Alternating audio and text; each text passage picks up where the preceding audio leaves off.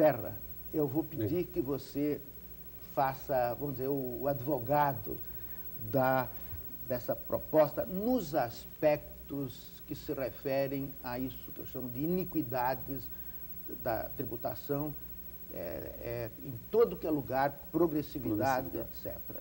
Olha, eu creio que aqui é importante, o Maksud é alguém que segue bastante o pensamento do professor Hayek, que eu conheço também razoavelmente, que é um economista austríaco que vive na Inglaterra.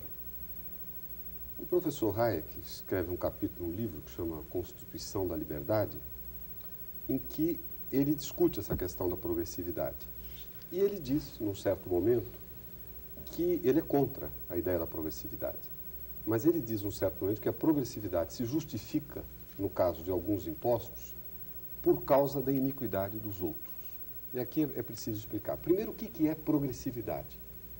Progressividade significa... Desculpe, um segundo só. Ele não diz que se justifica a progressividade por causa da iniquidade dos outros. Ele apenas diz que o imposto equânime, justo, é um imposto proporcional.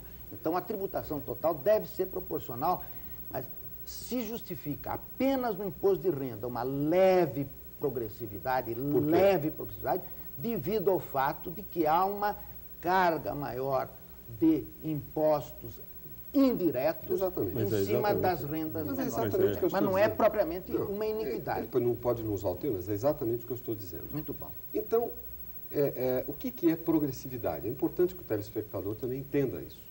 Progressividade, no caso tributário, significaria que quanto mais cresce a renda das pessoas, né, elas vão pagar proporcionalmente à sua renda mais impostos. Não.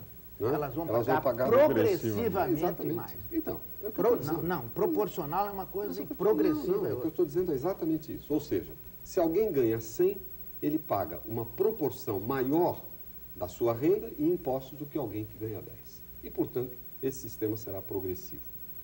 Bem, nós podemos entrar na discussão a esse respeito, se isso seria bom ou se não seria. O Dr. Maksud acha que isso não é bom por vários motivos e tem desenvolvido essa ideia. Acontece, isso é muito importante ter claro, que no Brasil hoje, esta não é a realidade.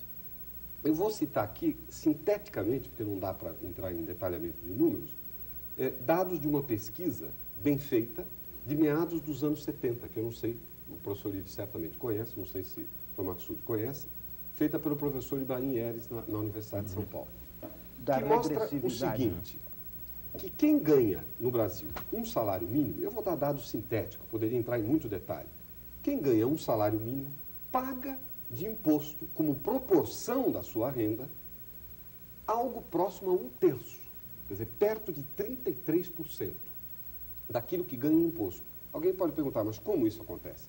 O salário mínimo não paga imposto de renda? Está bem, mas paga o chamado imposto indireto, na caixa de fósforo, o ICM, o IPI, ele paga essas coisas. Como ele ganha pouco, ele está pagando como proporção daquilo que ele ganha muito mais daquele que ganha muito. E quem ganha, um momentinho, quem ganha até 100 salários mínimos, por exemplo, estou dando um dado sintético também, pagava imposto como proporção da sua renda algo próximo a 15%. Então, quem ganhava um mínimo pagava o dobro como proporção da sua renda de quem ganhava 100. Então, isso não é um sistema progressivo, é regressivo, que eu tenho certeza o Maksud, o Dr. Maksud, também é contra, porque nós estamos fazendo quem ganha menos pagar proporcionalmente mais. Por isso é que quando se enfatiza, eu quero dizer que em alguns lugares, eu acho, por exemplo, no caso do imposto à herança, eu mesmo sou o responsável para que, em vez de dizer as alíquotas serão progressivas, a alíquota é a taxa que paga de imposto, poderão ser, para não obrigar, porque pode até ser um tiro no pé, pode até ser contraproducente. O professor Ives, que é um grande tributarista, sabe perfeitamente isso. Então, só para concluir, Dr. Maksud. Então, o que acontece? Quando fala em progressividade, não é nem com a ilusão de criar um sistema progressivo no Brasil, que nós estamos a hectômetros disso. É para atenuar um pouco a regressividade que existe. Porque quando nós falamos de imposto, nós não podemos pensar só no imposto de renda. Eu tenho que pensar no conjunto dos impostos que são mais importantes. Muito bem. Né? Que é o imposto de mercadorias, o imposto aos produtos industrializados e tudo mais. Essa é um eu pouco a desejo base. passar a palavra para o Ives, mas antes eu queria fazer duas pequenas observações. Primeiro, essa questão de que a regressividade é que justifica colocar numa Constituição toda essa pregação de iniquidade progressivista, não é se iniquidade. justifica. Não. O fato de ter havido um estudo, que nós todos sabemos, e você é um especialista nisso, que estes estudos eles incorrem em vários tipos de problemas. Inclusive, nesse caso desse estudo, certos impostos diretos são considerados como impostos indiretos, no caso dos preços das empresas. Do imposto de renda pessoal corretamente jurídica, claro. ou não, mas não importa. Não é pelo fato de haver iniquidade que nós vamos introduzir novas iniquidades Não, é o no contrário, sistema. é para procurar diminuir a regressividade. Para diminuir a Regressividade é o contrário de iniquidade, progressividade. só uma forma de acabar com a iniquidade. Imposto essencialmente proporcional. Todos devem pagar proporcionalmente igual, exceto aqueles que sejam realmente carentes, esses estarão isentos. Mas, por favor, você tem agora o resto do tempo para falar desse assunto. Trazer para a reflexão, Sérgio Maxud, um dado interessante. Eu estava dizendo que eu vou fazer uma palestra agora na Universidade de Coimbra, quando nós estamos conversando antes, no dia 21, e vou analisar a progressividade e a regressividade. E é interessante estudos que estão sendo feitos hoje na Europa, principalmente depois de 83, 84, dessa crise provocada pelo Setembro Negro de 82, em que os governos acham que é mais fácil fazer a sua política à base dos tributos indiretos do que através dos tributos diretos. Por uma razão muito simples. Estão corretos. Por uma razão muito simples, é que o tributo indireto não há reação popular. No tributo direto, aquele que incide, como o imposto sobre o patrimônio, imposto sobre a renda, a reação se faz sempre. A política é muito maior. Razão pela qual todos os governos, e nós vamos discutir essencialmente em nível de comunidade econômica europeia, até que ponto vale para incentivar e estimular mais as negociações dentro da comunidade econômica europeia, é uma política destinada a mais à valorização dos impostos indiretos e fundamentalmente aquilo que você gostaria que fosse aprovado plenamente na Constituição, que seria um amplo imposto sobre o valor agregado. Que pode ser seletivo. Exatamente, nada impede que seja seletivo, mas, Maxud, contra o imposto progressivo. Por quê? O imposto progressivo e os impostos diretos, sobre trazerem uma grande reação política, o administrado, ele é atingido diretamente naquilo que ganhou e que tem que partilhar, não é como no tributo indireto, que ele paga se desejar comprar o que ele vai comprar, ele não sente propriamente. O administrado, por outro lado, ele não reage e, de certa forma, ele estimula até a produção em relação aos tributos indiretos.